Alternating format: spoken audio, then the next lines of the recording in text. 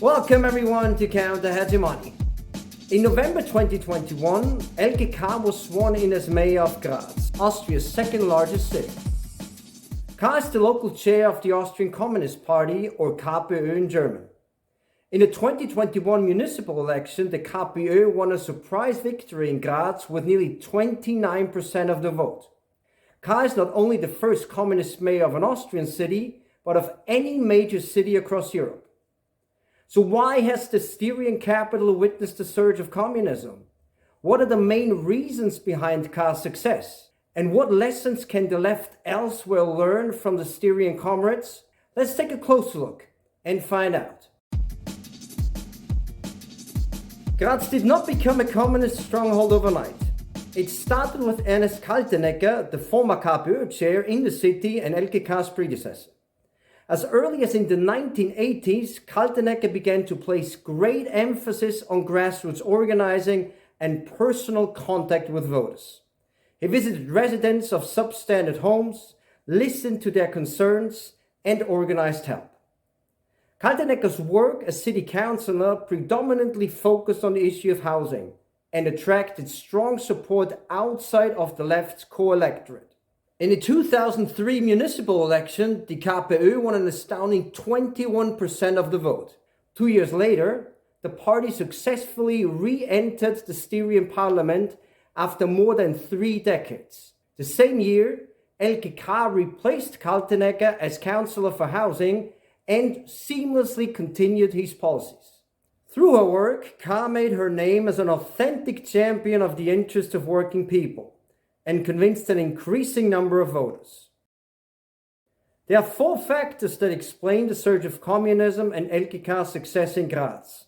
First, the KPÖ's focus on social issues and on the common good. Rising rents, stagnating wages, inflation, and privatizations are increasingly affecting the lives of average workers. Over the past decades, the Styrian Communists have effectively campaigned for affordable housing and actively supported those in need. As mayor, Elke Kahr has pushed ahead with the expansion of municipal housing, schools, social programs, and public transport. Second, the KPÖ's credibility among voters. Following Kaltenecker's example, Kahr has been holding regular office hours for anyone to come by to discuss everyday problems. With this unorthodox approach, she has gained credibility and earned the trust of voters. As is common practice within the Styrian KPÖ, Kahr limits her politician's salary. 2/3 of the money go to a social fund for people who are having a hard time. The idea is that elected KPÖ representatives should be financially on a par with the people with whom and for whom they are fighting. Some on the left have criticized this practice as a form of charity. Providing financial aid to people in need will not bring about systemic change in itself. Yet it has helped Kahr and her comrades to understand which structural transformations are most urgent. This in turn has shaped the specific demands and proposals of the party. Factor number 3, grassroots organizing. The KPÖ's strategy of social transformation in Graz is directly connected to the lived realities of the working majority. The party has built structures from the bottom up through direct participation of the many. It has managed to unify immediate reforms in the here and now with a democratically elaborated vision of a just and emancipated society.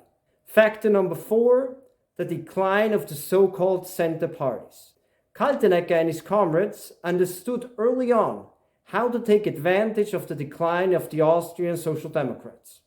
In Graz, they fell from 31% in 1998 to less than 10% in 2021. In the same election, the Conservative People's Party, which had governed the city for nearly 2 decades, also suffered a crushing defeat. Many frustrated and disillusioned voters saw in the KPÖ a real alternative. Now there are several takeaways for the left. First, the KPÖ in Graz has shown that it is possible to win an election as a declared communist. Elke Kahr has stressed the importance of not renaming the party, as anything else would be misleading. At the same time, she has distanced herself from authoritarian, real existing socialist regimes. Second, the KPÖ success has highlighted the importance of grassroots organizing and direct democratic participation for any political project that aims to bring about lasting social change. Third, Elke Kahr's election and the shift in public discourse have opened up opportunities for the left beyond Graz. A clear example of this is the recent historic success of the KPÖ Plus in the legislative elections in Salzburg. Its top candidate, Kai Michael Dankel, has real chances of becoming mayor of Salzburg in the municipal elections held next year. And not only this, in the latest national polls, the KPÖ jumped to a surprising 7% and could re-enter the Austrian parliament in the 2024 elections after more than 60 years. That does it for today. If you liked the video, please don't forget to subscribe and to turn on the notifications. And for all the latest updates and news, join the info channel on Telegram. You will find the link in the description. Thanks so much for tuning in. I'll see you next time.